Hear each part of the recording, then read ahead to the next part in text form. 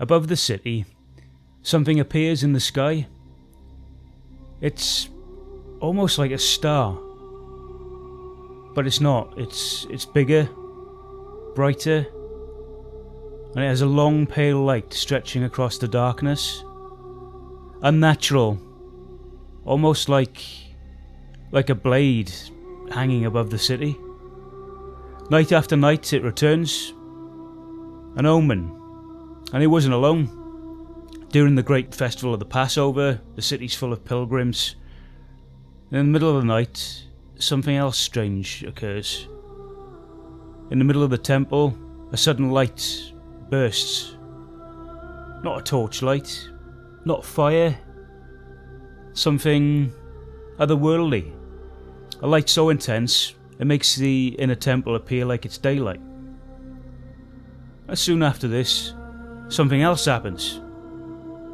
The great eastern gate of the temple, huge gate made of bronze reinforced with iron. It's so heavy it takes 20 men to close. Well, it opens on its own, just by itself in the middle of the night. And during one particular sunset, some even claim to see strange formations in the clouds, movements like armies and chariots running across the sky. But what do these strange occurrences all mean? Well, to many, these are good omens, a blessing, signs that God might be with them, that He's opening the way for them. But to the learned men of the city, to the priests, what they saw was something different entirely. To them, the security of the temple has been broken, but the gate had not been opened for them, but for their enemies. And the strange light, it's not a star, it's a comet. And such occurrences only happen before cataclysms. A sign of upheaval, collapse, war. Catastrophe was coming, on a scale that nobody in the city could even yet fathom.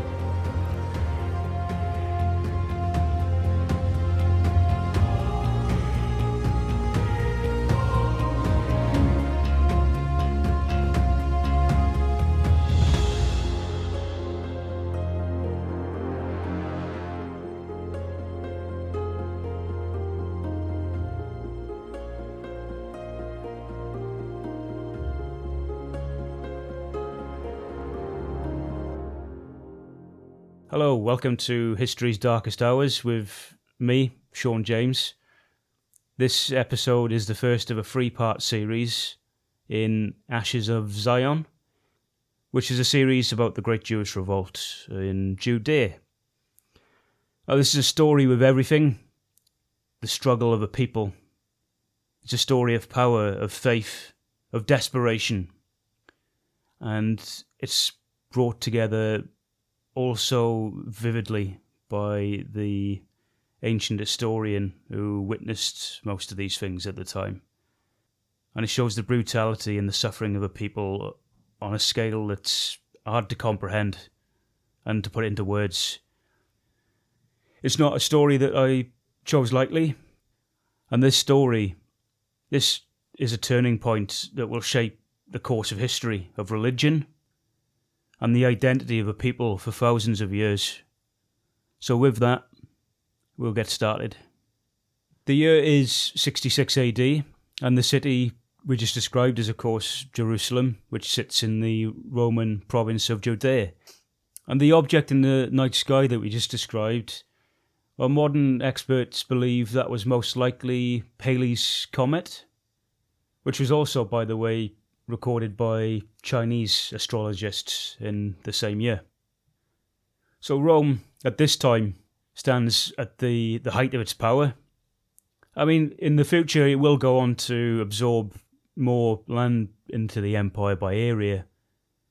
But when it comes to the dominance of Rome and the legions, this really is peak Rome.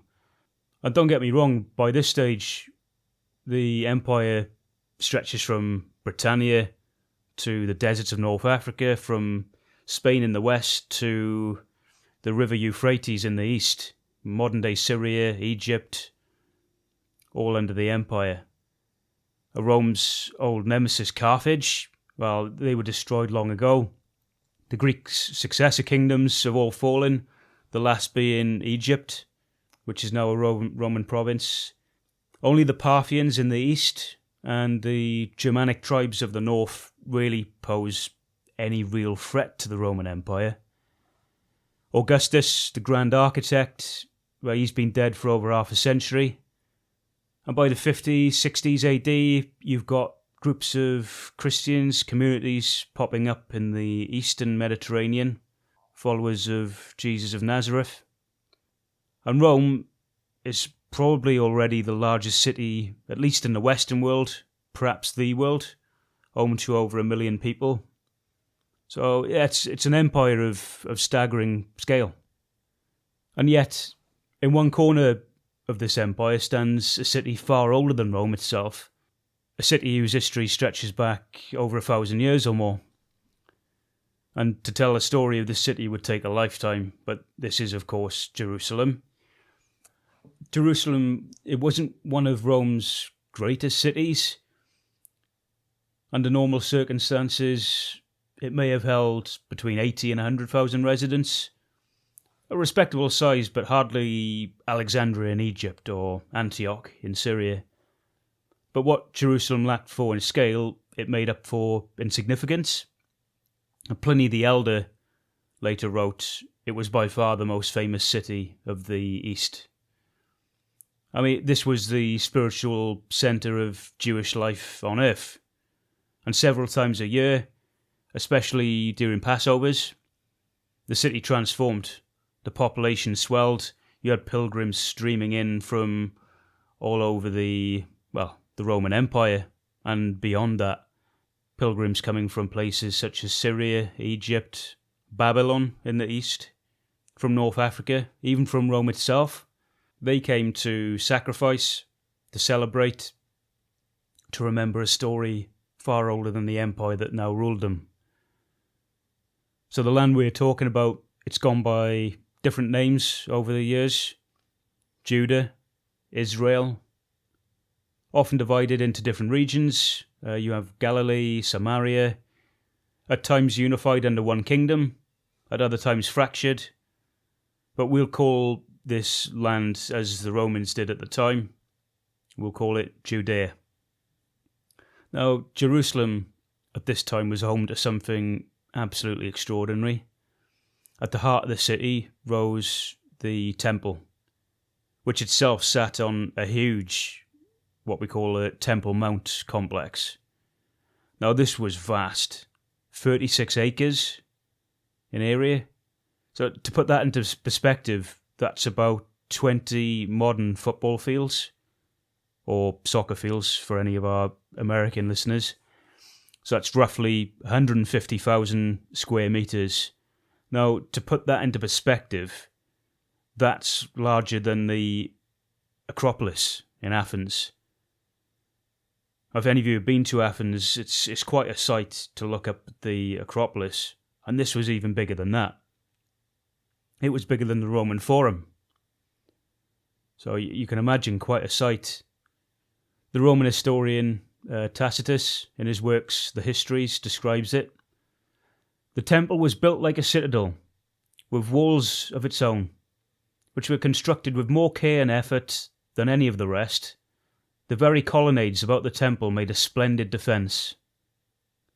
Even today, its foundations survive, and at the centre of the temple complex stood the temple itself, rising perhaps 45 metres, the height of a modern 15-storey building, which is huge at the time. And by ancient comparisons, that's around 3 times taller than the Parthenon that sat on top of the Athenian Acropolis. So this temple towered over the city. And Josephus, a Jewish writer, who will become a regular to this podcast and story, well, he saw it with his own eyes. And he wrote, "For it was covered all over with plates of gold, of great weight, and at the first rising of the sun reflected back a very fiery splendour, that the temple appeared to strangers, when they were at a distance, like a mountain covered with snow. Now picture that. The early morning sun rising over the Judean hills. Walking towards the city as a Roman soldier, or any traveller for that matter, and seeing that for the first time, standing before you, this white and gold mountain. It must have been awe-inspiring. And for the Jewish people, this wasn't one sanctuary or temple among many, you see. There were no rival temples to this, no alternative great holy cities, not like Christianity would later become, with cathedrals popping up all over Europe. This was the place, this was it. As we said earlier, Jerusalem and Judea, that land, that area of the world, had very rarely known peace. Since the golden days of King David, Solomon, nearly 1,000 years earlier, it had lived under the shadow of greater empires.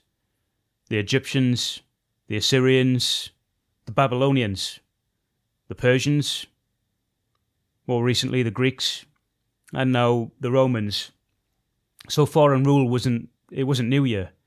The Babylonians actually sacked Jerusalem, destroying the first temple and carrying away much of the population into exile. And this is also the moment, by the way, when the famous Ark of the Covenant disappears. You may know it from the Indiana Jones movie, Raiders of the Lost Ark. And the Jewish people, after being set free from Babylonia by the Persians, just so happens, by Cyrus the Great, well, they return and they build the second temple, which is the one we just described.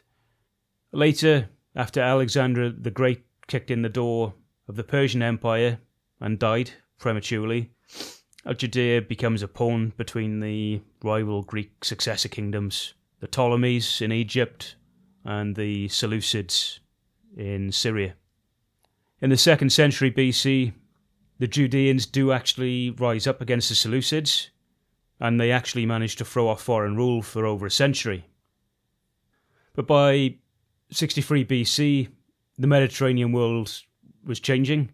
In the West, you have a superpower rising, the Roman Republic, expanding aggressively. In the East, the Parthian Empire are now eating up all the territories that once belonged to the Seleucids. And where's Judea in all of this?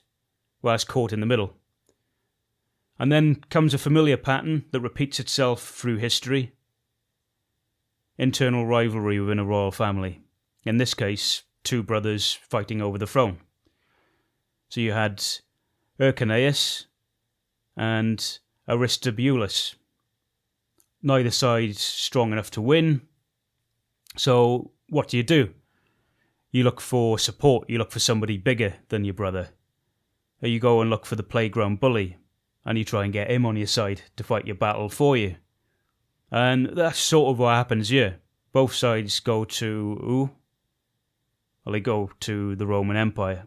Well, at this time, the Roman Republic. And whose side do Rome take? The stronger or the weaker? Well, they take the weaker, obviously, the one that's easier to control. And they stand more to gain from.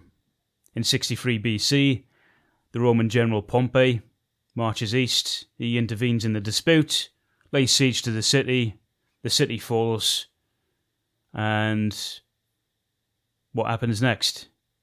Well, this is the thing, you see. Once you've invited the superpower in to help, well, they very rarely want to leave.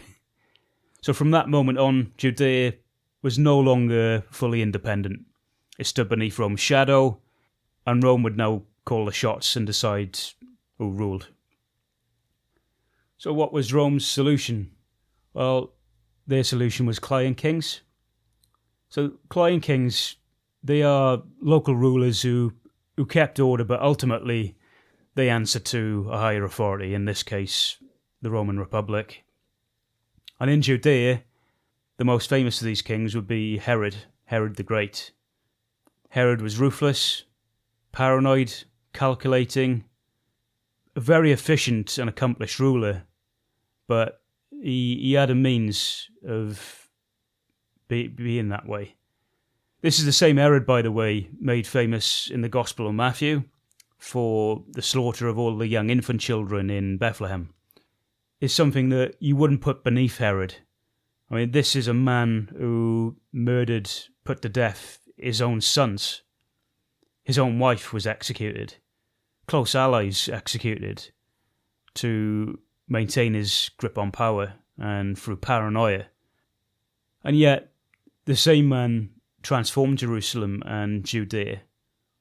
Almost a rebirth to a remarkable degree. Like this guy, he builds or rebuilds fortresses in the desert, such as the famous fortress of Masada, the Antonia fortress in Jerusalem. He builds cities along the coast, palaces. He even builds upon the second temple of Jerusalem, and he helps make it into one of the ancient wonders of the world. A tyrant who delivers stability, a strong man. And it's hard not to see similarities between Herod and some more recent leaders, despots in more modern times. You know, history produces his type again and again. But back to it, under Herod, Judea was stable, Rome had no need to intervene, but it doesn't mean that the population were happy. For a lot of them, probably the majority, far from it. They toed the line, but often just out of fear. So, after Herod dies, there's conflict within his family. There's nobody really who's able to step in and fill his shoes. And there's a lot of unrest as well. The population really upset, for obvious reason, after all the torments they suffered under Herod. And basically the upshot of it all is Judea's reorganised as a Roman province. And Rome will now basically run the province. They still have these client kings through the line of Herod, but they don't have real power. At least not like Herod did.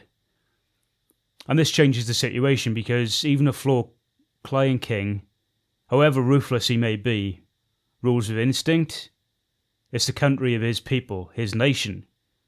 He understands the landscape, the rival families, the religious sensitivities. He knows when to press, when not to. Rome, they work differently. They send officials to govern provinces. Men appointed in Rome, or by Rome. Not Jewish people. In Judea, these men were known as prefects, or by 66 AD, procurators.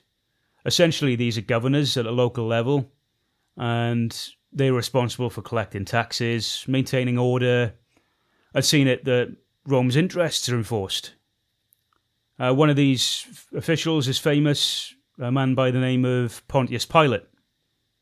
Above all them stood a high authority again, the Roman governor of Syria, who ultimately held authority over the entire area, including Judea. But to these governors, Judea was a posting, a province on a map. Many have gone there to further their careers, to line their pockets along the way. That was almost expected. Some were very capable, some careless, some openly provocative, and they changed quite frequently. But whether they had good intentions or not, they weren't Jewish. And they lacked that basic connection with the country and the people. And when I think about this dynamic, I'm always reminded of the opening scenes to the movie Ben-Hur. Now, for people who've seen the movie, Messala, he's the main antagonist, the guy who dies doing the chariot race at the end of the movie, by the way. Well, at the beginning of the movie, he returns to Judea as this Roman officer, confident, disciplined, convinced he understands what's required for the province. He speaks of order, of loyalty, of the greatness of Rome, asking his old friend Judah to betray his people. But he misreads the room from the beginning. You see, the problem is, this Messala, he sees everything through the eyes and the heart of a Roman, not a Jew. And that's his flaw. And that's why his way of governance will never work, that the people will always be unhappy. And in Rome, perhaps that way works, maybe in other provinces, but not this province. So under these Roman officials, you have taxes being collected, religious sensitivities being handled, or often mishandled. Unrest is kept at bay, but never fully disappearing. There's always some small uprising flaring up and being crushed, bandit leaders emerging in the hills, self-proclaimed prophets gathering followers and doing something maybe quite silly, messianic figures promising deliverance. And most of these instances are dealt with quickly, but they keep appearing. And eventually this accumulates into revolts. And it did happen. It happened many times. But most, again, were dealt with swiftly and never turned into anything too major. And this raises a question of sorts. Are revolts inevitable? In every occupation or oppressed population, does pressure simply build until boiling point and something finally gives? It reminds me in a way, and forgive my comparison here, but I read a series of books recently called The Silo by Hugh Howey. A read I definitely recommend, by the way. And in The Silo, there's this dystopian society underground where people's memories have been wiped and they don't know about the outside. It's their life. It's kept isolated in these silos.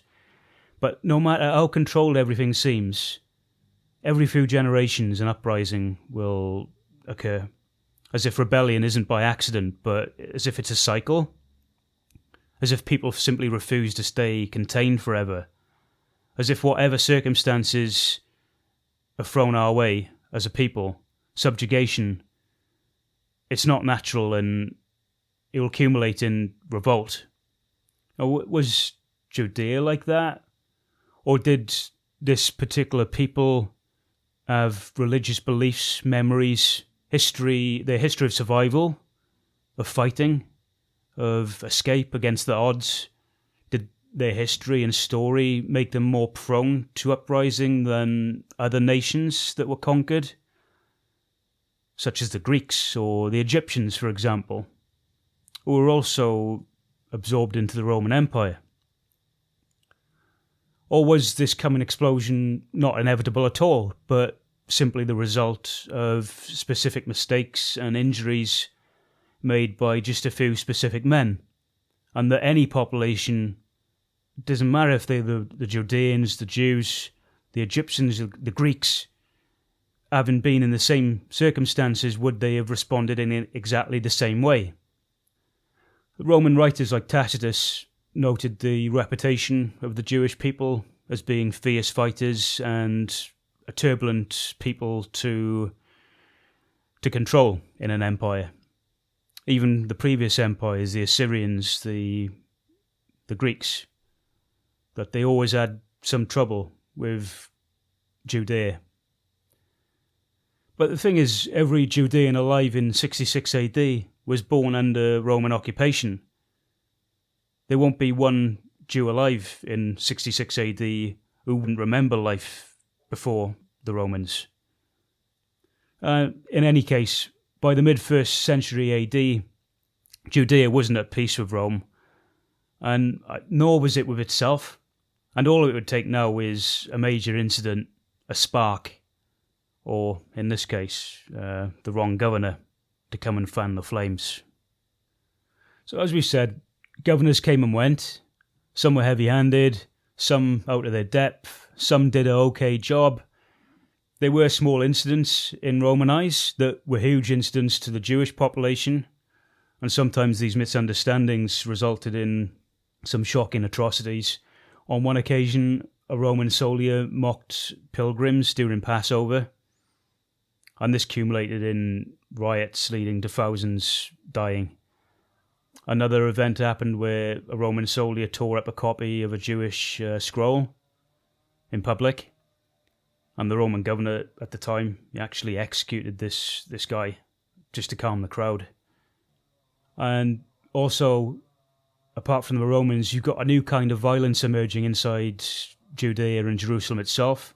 You had a type of religious zealots called the Sicarii. So they're called Sicarii because of these small daggers that they carry called Sika, and they hid them in their clothes.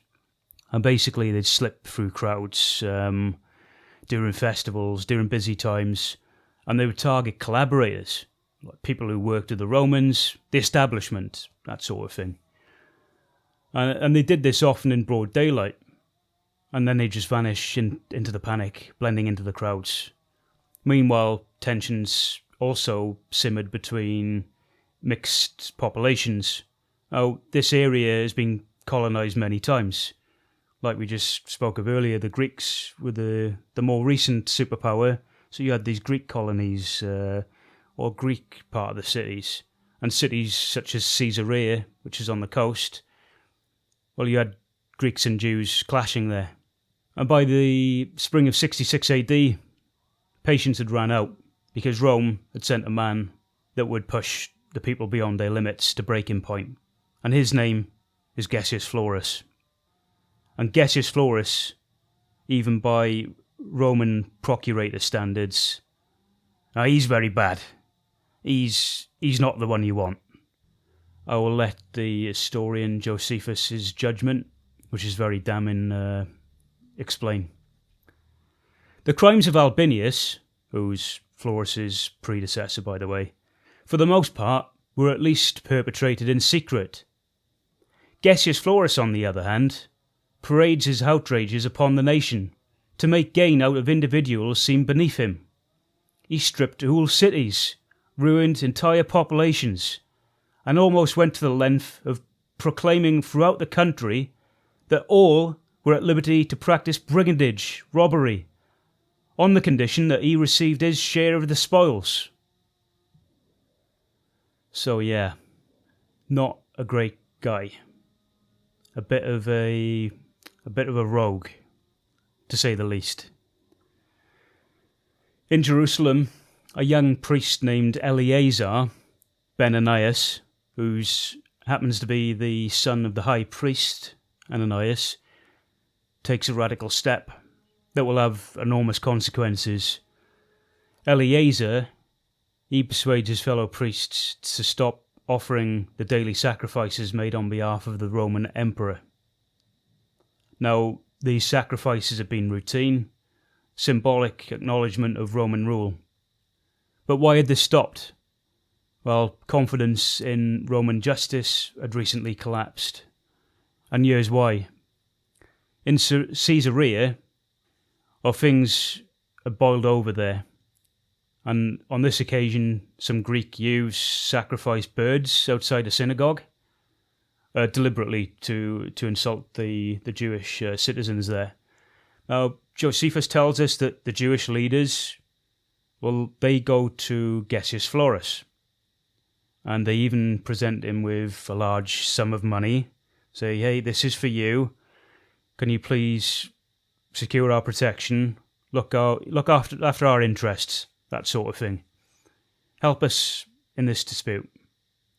So Florus accepts the money, but instead of helping to mediate, he throws the Jewish leaders into prison.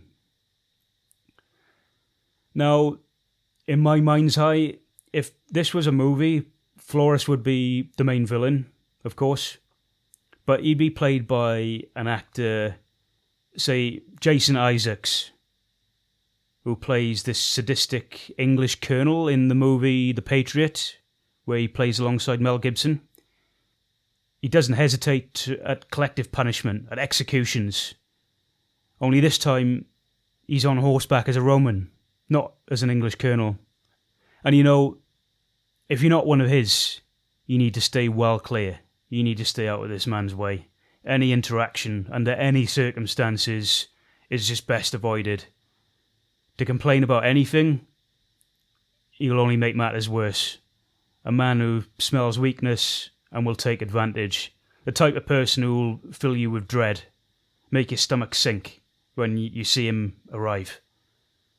And soon after the incident in Caesarea, he does arrive in Jerusalem. And when he arrives in Jerusalem, he demands 17 talents of silver from the temple treasury, sacred funds, and an enormous sum. Now, some of the people respond with open mockery. They stage a bit of theatre of sorts. They get children together and sort of encourage them to go and put on a bit of a show in front of the governor, collecting small coins, saying, hey, this is for the poor governor, this sort of thing. Well, in case you haven't realised it yet, Florus isn't the type of governor to joke about with. And after the mockery scene, he responds with fury. He unleashes his troops into the city. And Josephus writes, I quote, "So the soldiers did not only plunder the places they were sent to, but forced themselves into every house, slaying inhabitants, so that the citizens fled along the narrow lanes, and the soldiers slew those that they caught, and no method of plunder was omitted." Terrible overreaction, wouldn't you think?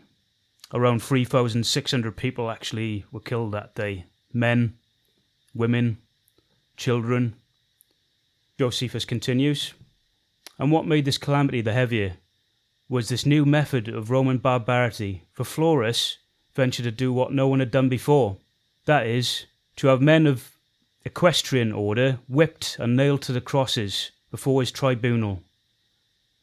So these are your Jews with Roman citizenship, high-standing citizens who had, let's call it, a ghetto of jail card. They weren't spared either. A line really crossed by the Romans. Even Berenice, sister of King Agrippa II, she begged Florus to stop and was ignored. And she herself even escaped to a palace for her own life. Agrippa, her brother, by the way, the client king in the line of Herod, he would be the last. Now, this is where the story starts to take off, to become interesting. So you have this city now in panic, this awful atrocity just committed by Florus, the procurator, and his men. But despite the brutality and the killings, there's still many inside the city that want to de-escalate the situation and not fight with Rome, for good reason. An awful dilemma to be in, isn't it, to be honest? Who wouldn't want to avenge these terrible crimes that were just committed? But to know that in doing so, well, you might bring down something far worse. Not just on yourself, on your friends, your family, on the entire city. But more and more of the population was starting to turn on Florus. The Romans, they attempt to secure the Antonia fortress. So this is a huge fortress next to the Temple Mount complex, built by Herod after his friend, the late Mark Antony. And anyway, the people up in arms at this point, well, they impede him. They impede the Romans from getting into this fortress. And they start fighting them. So from the rooftops, they start to throw down stones. Then there's some arrows into the narrow streets below, where the Romans are marching through. And it builds, and more and more people join. And Florus starts to see, for the sadist and the arrogant person that he is, but he starts to see that the situation is slipping outside of his control. So he withdraws from the city, but not without leaving a small garrison behind. A garrison which, by the way, the Jewish leaders insist that is not made up of any of the soldiers who were involved with the earlier atrocities. But the damage was done. When King Agrippa comes to Jerusalem, the city's leading men, they run out to meet him. They tell him everything that Florus has done, the plunder, the crucifixions. And this is a time potentially where things could still be stopped. The situation defused, let's say. And Josephus says that Agrippa was furious, but he didn't direct his anger at Rome. Instead, he turned on his own people, tries to calm them down, to humble them, to convince them that have they been wronged enough to justify war? Because he understood one thing, what they were risking. At the same time, a Roman tribune is sent by Cestius Gallus. Now, Cestius Gallus is the overall governor of Roman Syria and Judea. So he sends this Roman tribune. He says, go down into Jerusalem, find out what's going on. So this tribune arrives, he's shown around the city, he sees the mourning, the blood in the streets, and the message that's put across is, Look, this isn't hatred towards Rome. This is hatred towards your procurator, Florus. But that distinction was already rapidly beginning to collapse. Now, this could have been a moment where a king stood before his people and rallies them, leads them into revolt with talk of freedom. They become a sort of, say, a new King David to throw off the chains of Rome. You know, you can imagine that happening in the Hollywood version of this story. But Agrippa is not that man. Probably not a coward. I think something else, a realist. Though, for sure, he will be judged as a collaborator. He certainly is one. And by a lot of people, even a betrayer. Make what you will of the following extracts of his speech to the people. Josephus preserves part of what he said, and I quote, "Let us grant that the Roman governors have been harsh, yet it is not all the Romans who injure you, nor has Caesar himself wronged you. It is absurd to make war with so great a people for the sake of one man." He reminded them, "Athens, the city that defied Xerxes and Persia, now obeyed Rome. Sparta, the conquerors of Greece, now obeyed Rome. The heirs of Alexander obeyed Rome. All the world has submitted," he warned them. "And you alone, think it shameful?" He asks them, "Where's your fleet? Where's your treasury? Where's your army that can stand against these legions? Rome's power stretches from Britain to the Euphrates River, from the Danube to Libya. They have carried their arms as far as the British Isles, to places never known before. What therefore do you pretend to do? Are you richer than the Gauls? Wiser than the Greeks? What confidence is it that elevates you to oppose these Romans?" Now, I don't think this was mockery. It was realism. Agrippa understood that many of the crowd didn't. This wouldn't be an uprising. It could be annihilation. Against the power of Rome, there could be no victory. Pardon the Lord of the Rings pun there. But you get the picture. Josephus tells us that Agrippa and his sister Berenice, they wept. And for a moment, his speech, they actually worked. He persuaded people to collect the tribute to send to the Romans. But this seems to fall apart by what Agrippa says next. He tells the people that they must obey Florus until he is replaced. Florus, the bloodthirsty procurator, who just unleashed his men upon the city. Well, this request is too much, and Agrippa quickly loses control of the crowd. He's driven out of the city, stones thrown at him. You know, and for a moment there, just a moment, you could imagine history turning the other way, people calming down, taking this tribute to Rome, the Roman tribune reporting back to the Roman governor in Syria about what Florus had done, and maybe things de-escalating.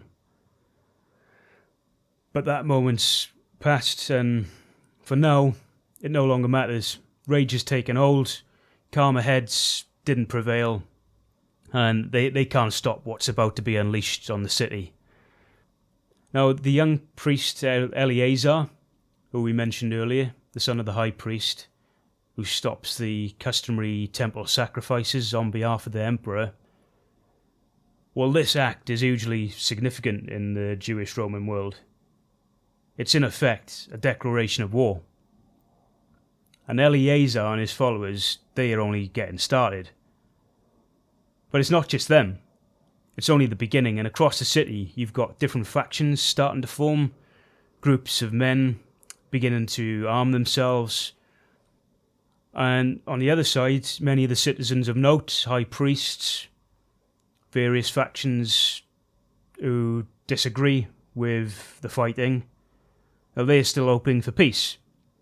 Some of them send word to Agrippa, others even send word to Florus. And they're like, send your army, put down the sedition. And these various groups in the city start fighting one another. And the city's divided. You've got the moderates now, the men of rank of the high priests who hold the upper city, and you've got the radicals who hold the lower city and the temple. And they start fighting each other for several days. Stones, slings, arrows again being thrown across courtyards at each other, sudden charges in narrow streets, hand-to-hand fighting with swords, the rebels bold, the king's soldiers disciplined, neither side willing to yield. And then at some point the Sicarii slip into the city again. These are the men with the curved daggers that we talked about. And they seem to turn the balance against the moderates. Now what follows is chaos, but also targeted destruction. The house of the high priest Ananias is burnt. The palaces of Agrippa, of his sister Berenice, they are burnt too. And then the archives are torched. Now the archives, this is the debt records, the contracts, the financial spine of the city, all gone up in smoke. And this probably was deliberate. Destroy the debts, win over the poor, that sort of thing. And this is interesting because at this point you start to see this uprising isn't just aimed at the Romans, but also against the city's wealthy elite, against the establishment. It's hard to keep track of the battle lines during this time. The city's fractured. You've basically got two sides, but not two sides. Even the different sides are made up of several different groups. And things happen very fast. Those that want peace fight with Eleazar and the Zealots. Meanwhile, you have other rioters besiege Herod's palace, which is where the Roman garrison that were left behind, that's where they fortified and bunkered themselves down. And in this chaos, a new leader emerges called Menahem, son of Judah the Galilean. Now, he seems to have some success in undermining one of the towers at this palace.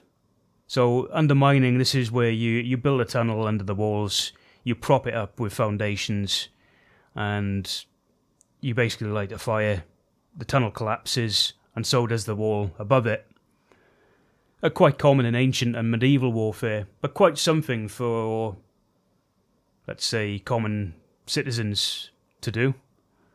But this is what they do, but they're up against Roman troops here, and it isn't their first rodeo. When the tower collapses and the dust settles, you can imagine these crowds now all riled up, these rebels waiting to burst inside and kill out every last Roman.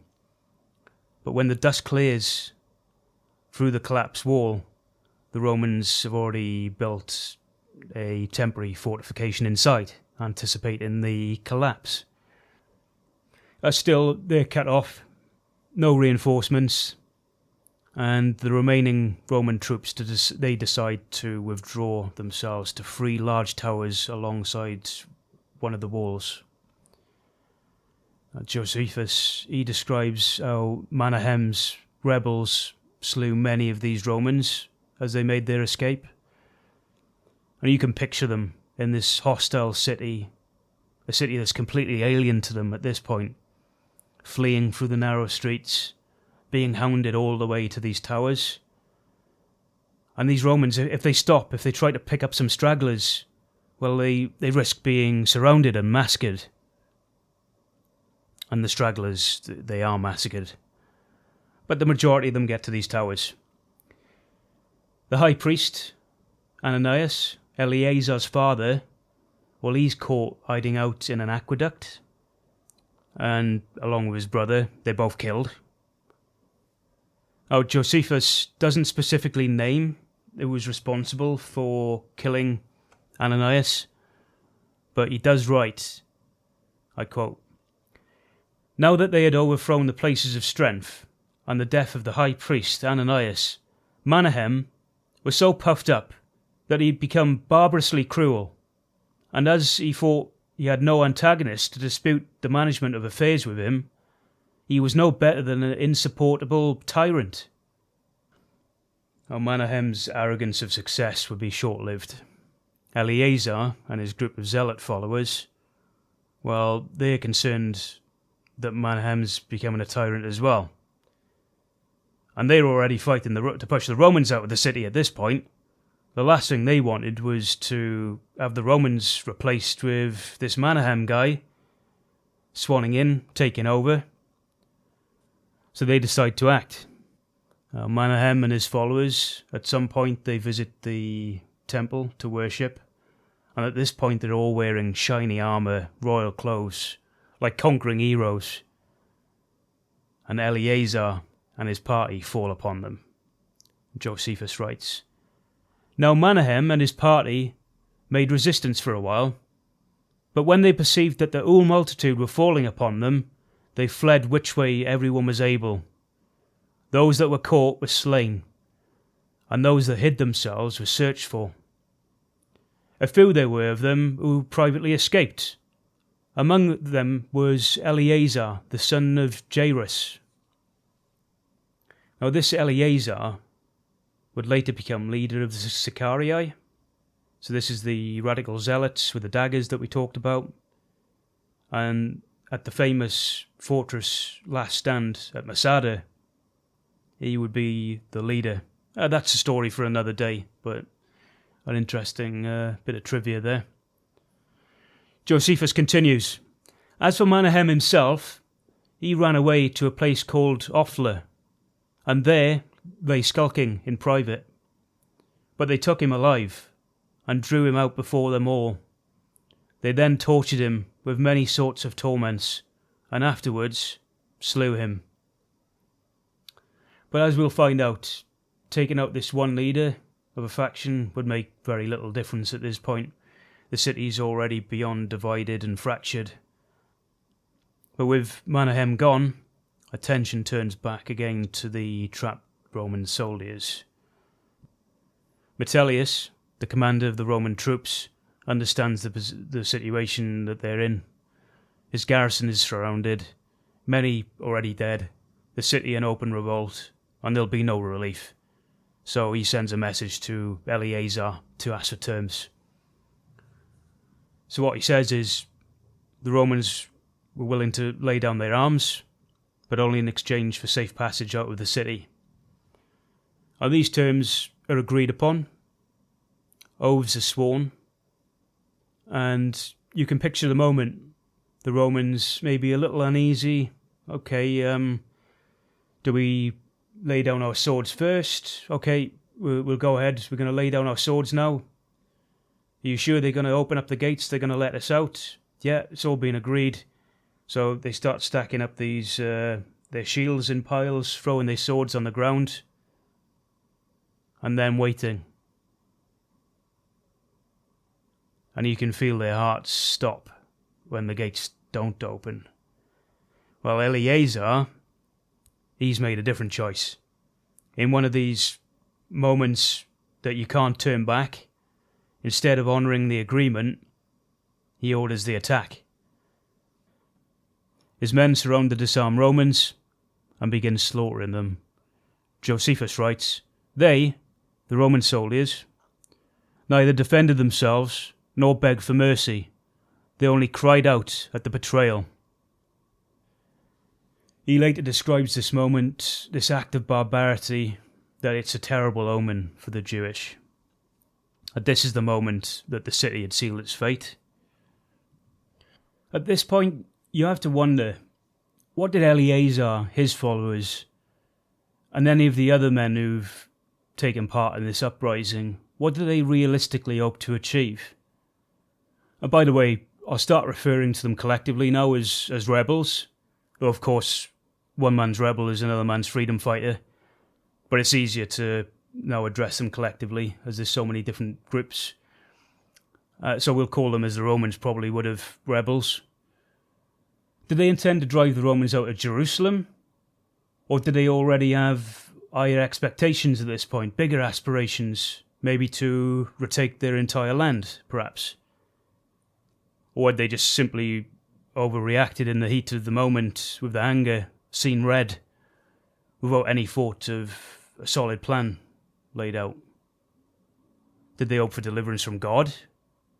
Believe in prophecy? That now was their time? Whatever their intentions, if Rome didn't have a reason already to respond with brutal force, well, it definitely did now. One thing the rebels likely didn't see was how far-reaching the consequences of their actions would be, way beyond the walls of Jerusalem. Now, even in the coming days and weeks of the Roman garrison being butchered, violence erupts across the eastern region of the Roman Empire. Now, in Caesarea, the Roman procurator, Florus, well, he started executing the Jewish population. He enslaves thousands of them. Many are sent to galleys. For anyone who needs explanation on the galleys, these were the ancient warships where the slaves would actually be chained below decks, rowing under a whip for the rest of their miserable lives. And in this instance, their only crime to have been Jewish during the time of a revolt. That they didn't even participate in themselves. And it didn't stop there. It got worse. Throughout Syria and the eastern provinces, long-standing tensions between Jews and their neighbours exploded. Communities that lived side by side coexisted for decades, even centuries, while they suddenly became enemies and turned on one another. Josephus describes horrific massacres. And it's hard not to hear comparisons with more recent history. Yugoslavia in the 1990s, perhaps. Sarajevo, Kosovo. Neighbours becoming enemies overnight. In the province of Egypt, 2 Roman legions were unleashed upon the Jewish population. And Josephus writes, "These soldiers rushed violently into that part of the city that was known as Delta, where the Jewish people lived together, though not without bloodshed on their own side. For the Jews got together and made a resistance for a great while. But once they were overcome, they were destroyed unmercifully. And this, their destruction, was complete, some being caught in the open field, others forced into their houses, which houses were first plundered of what was in them, and then set on fire by the Romans, wherein no mercy was shown even to the infants, and no regard to the elderly, but they went on in a slaughter of persons of every age, till all the place was overflowed with blood, and 50,000 of them lay dead upon heaps." An awful chain of events. And now imagine from another perspective, right? You're a Jewish merchant in Alexandria or Antioch. Telephones don't exist at this time, neither do newspapers. News travels slow. Perhaps the last you heard from a friend in Judea came months ago. You may not even know that there's been a revolt in the first place. And then one day the legions arrive and start massacring you. And you being punished for a war you never chose, that you might not even understand. You might have not even agreed with yourself if you had known. And for civilians caught up in war, isn't this so often the case even in today, in modern times? Aren't they the biggest losers in all of this, the biggest victims? It certainly will be the case in this story. And this revolt, well, it's no longer contained to Jerusalem, it's spreading. And vice versa, the response to the revolt is also spiralling out of control. And this punishment, this punishment is not now at a few Jewish rebels, it's collective, it's ethnic. And you can say at this point the Great Jewish Revolt had begun. Back in Syria, Cestius Gallus, the Roman governor, who it seems may have been in a mind to blame Florus for the troubles, and maybe go and tell on him to the emperor, that sort of thing. Well, events have gone too far now, and it's out of his hands, and he has little choice but to react, and to march personally to put down this revolt. Cestius he'll take with him a full legion, the 12th, and elements of some other Roman legions. So these are your standard legionary foot soldiers, the ones, from the movies with the armour, the shields, that can do the testudo formation. They'll have some cavalry accompanying them, and these are all trained, disciplined troops. Alongside them will be auxiliary troops, so these will be more your archers, your cavalry, local troops. And alongside these, they also had 3 client kings, including Agrippa, by the way. So he's actually marching with the Romans on their side. And all in all, Cestius would have had between 25 and 30,000 troops. So a serious army, and one more than capable of crushing a provincial revolt like this. So the Roman army advances through Judea. It was fighting along the way, resistance is scattered, some villages fall, but before long the army makes its way towards Jerusalem, full of confidence. Now if you're listening to this podcast, you're most likely familiar with the Roman armies, with the legions. They're methodical, prepared, organised. They didn't do anything carelessly. Each day they'd fortify their camp. They'd build these wooden palisades, basically wooden walls, around the encampment. And they'd even have wooden towers. And they'd do this every single night as they were moving along, marching. Basically a temporary fortress. A defensible position that they can fall back to safely if attacked.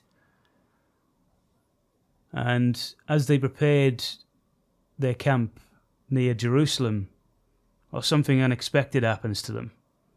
So the rebels in the city, they hear that the Romans are not too far away. And instead of hiding behind the walls, they come out. Not just to have a look, but they actually go to meet the Romans to have battle with them. Something that I'm sure Cestius was least expecting. And it's remarkable for this group of rebels, this small revolt. They are openly going to attack the best trained army in the world instead of hiding behind the walls, which would be the sensible option for most people in their shoes. And Josephus writes of the Jewish attack. With such violence, therefore, did they fall upon the Romans as to break into their ranks and to march through the midst of them, making a great slaughter as they went. The Roman lines are shaken, taking many casualties, holding off this onslaught. By Josephus's account, over 500 Romans are killed. He continues, when the front of the Jewish army had been cut off, the Jews retired into the city, but still Simon, the son of Giora, fell upon the backs of the Romans and put the hindmost of the army into disorder, and carried off many of the beasts that carried the weapons of war, and led them into the city. So what Josephus is describing here is the siege engines, the Roman ballista, the catapults. And the man he's talking of, this Simon, son of Giora, well, he's about to become a very important player in the future episodes. A stunning moment for the rebels, and it must have felt like proof that Rome, it could be beaten in the field after all. But the victory was incomplete. But over the following days, there's a kind of stalemate. Agrippa offered to send envoys to sue for peace, to find a solution, and only one of them makes it back, barely escaping with his life. The others are killed. And when this happens, the Jews who are fractured, remember, they have some altercations between each other about the killing of these envoys. And while they argue, Cestius sees his moment, and he attacks. The rebels are pushed back, and now they're completely within the city, and the tide has turned. Now, what happens next is bizarre. So Cestius, he sets up his camp directly outside the city this time. For 4 days, nothing decisive happens. Just standard assessing the area, how he's going to attack, probing attacks, but nothing major. And then, after 4 days, he strikes, with overwhelming success. The Romans manage to push into the city, districts fall, fires are lit. Josephus describes the legionaries advancing in testudo formation with shields locked overhead, moving through the narrow streets with discipline, pushing the Jewish forces back. Slow, systematic, relentless, like a juggernaut, just won't stop. And crucially, Josephus, he strongly implies that Jerusalem, it could have fallen that day. That many within the city, the frightened citizens, the moderates, those who regretted the revolt in the first place, well, they were ready to open the gates to the inner city. They wanted Cestius to prevail. May have even started fighting on his side. And if Cestius had pressed this little bit harder, had been slightly more bold, well, Josephus hints that he could well have taken the city right there and then. But then something happens, one of these big what-if moments, a big turning event, which unfortunately is going to prolong this war by 4 years, unknown to everyone. And Josephus, he basically says that Cestius is unaware of how disheartened the rebels were at this point, nor how courageous the other people were for him to make ground, to win. And so he recalls his soldiers and retires from the city, as Josephus writes, without any reason in the world. Imagine that, without any reason in the world. No decisive defeat, no catastrophic losses. He simply withdraws. I'm assuming he wants to reorganize his forces outside, but why? Was Josephus's account exaggerated? Do bear in mind, by the way, that although a Jew, Josephus is later writing this under Roman patronage. Was Cestius made a scapegoat, perhaps? Did he actually face tougher resistance than Josephus claims? Did he fear overextension? Now, Jerusalem is a large city with several walls. To enter so quickly and get so far, then there's a possibility of being surrounded, perhaps? Was he too cautious? An incompetent commander? Did he lose his nerve to see the battle through? Whatever the reason to withdraw was, this decision changed everything. Because once the Romans begin to pull out, well, everything flips back the opposite way. The despair inside the city turns to exhilaration. The morale of the rebels surges, and they become the attackers. The Romans, who'd been advancing like an unstoppable force, well, they are now on the back foot. And as the Romans start retreating from the city, the Jewish fighters surge around them.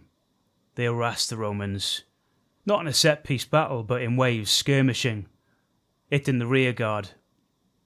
Arrows, stones flying, javelins. It couldn't have been easy for the Romans to protect themselves from this. They're not in the open here.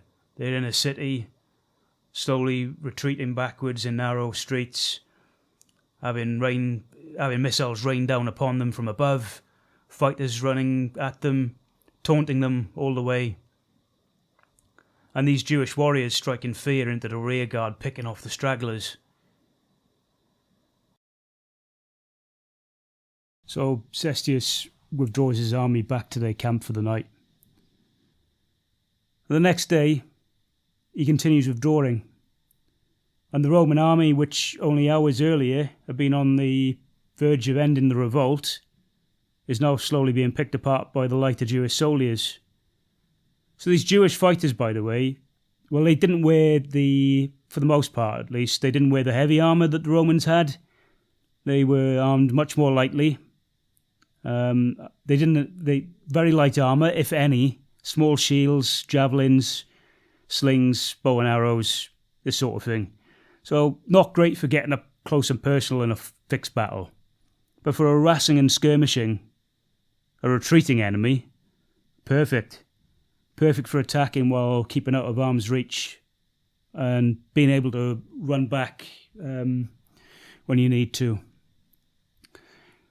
Josephus writes of the Romans' retreat, I quote, "The Romans suffered greatly without being able to revenge themselves upon their enemies. So they were hounded all the way, and their ranks were put into disorder. And those that were pulled out of their ranks were slain, among them whom were Priscus, the commander of the 6th Legion, and Longinus, the tribune, and Aemilius Secundus, a commander of a troop of horsemen. So it was not without difficulty that they got to the old camp at Gabaon, and that not without the loss of a great part of their baggage." Gabaon, the former camp, is only 6 miles outside of Jerusalem, by the way, and that's how far they've got in the first day. Cestius, he'll stay there for another 2 days, hesitant on what to do, dithering, while on the hills around him, more and more rebels start gathering, swarming. The longer he stays there, the more come, and the worse the odds are becoming to the Romans. Cestius, on the 3rd morning, decides to break camp and continue. Over the coming hours and days, things go from bad to worse for the Romans. The terrain isn't forgiving. Lots of steep ridges, narrow passes, terrain perfect for ambush, really. And the Jewish fighters constantly shadowing them, harassing them. You can imagine the arrows raining down, the stones from the slings, the heavy infantry unable to fight back, just slowly marching on through the arid, rocky terrain, wishing for nightfall. Every now and then the sounds of more arrows whistling, or the sounds of slings with the stones make contact on helmets, armour, the occasional loud thud of a soldier falling down, unable to rise again. When they do stop, they work tirelessly to set up camp for the night. Every night. Some temporary respite. But can you imagine trying to sleep? Could you sleep, knowing that the following morning you're going to have to pack up camp and relive the ordeal all over again? Cestius, realising the danger that the Legion is in, makes a decision to ditch most of their heavy baggage. And this includes the siege equipment. So more siege equipment falling into the rebels' hands. But one evening, it dawns on Cestius that the grim reality that's facing them, they could be wiped out here, the progress they're making. So he makes a very fateful decision. He takes a gamble. He selects 400 of his bravest men, and their job is to make the overnight camp appear that they're all still there, to man the fortifications, to keep the enemy unaware, while Cestius and the remainder of the army, well, they go off and steal a night's march on the rebels. So the gamble pays off. Cestius and the main bulk of his army escape, but the 400 left behind, well, when the morning comes, they're discovered and slaughtered. But for the rebels, what just happened was extraordinary. Imagine how they must be feeling at this point, to have just defeated not a small garrison, but a Roman army.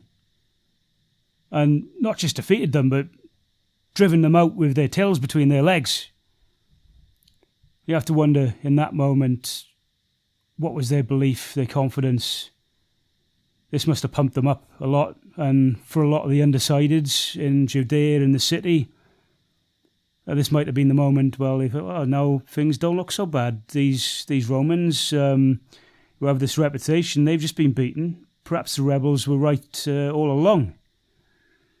However, you've still got a lot of moderates and people who want to see they want to see a de-escalation.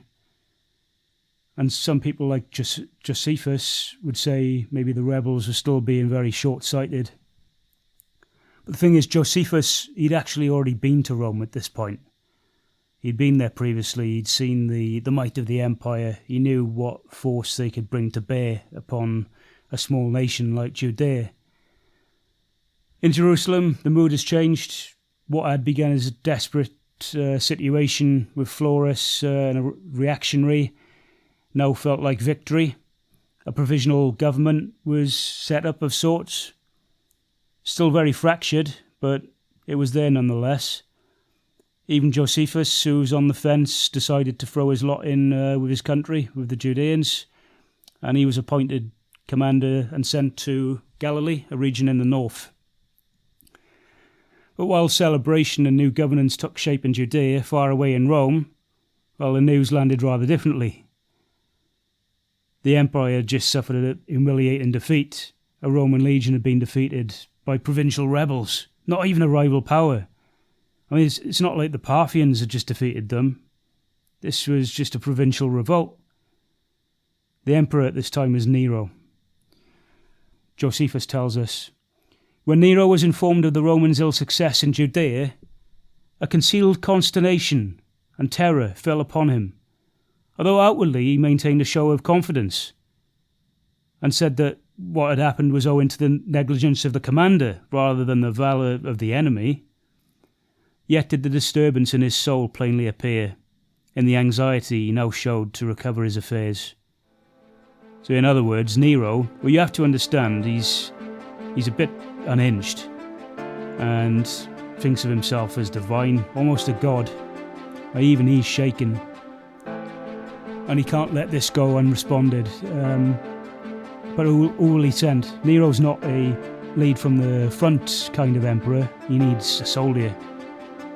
And he can't have this happening again. He needs a seasoned general to take up the task. So the man he chooses is Vespasian. He's a veteran of multiple campaigns. He's fought in Germania, Britannia. He's a hard, practical commander. Somebody who knows how to wage war, and importantly, how to finish it. Even now, he's beginning to prepare Rome's legions in the east, and the revolt in Judea was about to face an altogether different enemy. Not somebody who'd hesitate. They were about to face the Roman military at its best, and what would descend on Judea was total war.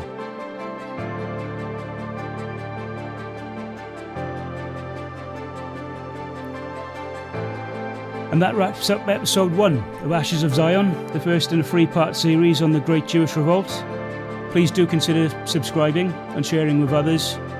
If you do want to support the show, you can find more over on Patreon, History's Darkest Hours. These episodes do take time. This is my first one, by the way. The research and, the time to build them properly, it's quite a lot. And your support genuinely helps make more of these episodes possible. But either way, whether you join Patreon or not, thank you for listening, and please do join us for our next episodes. Thank you, and goodbye.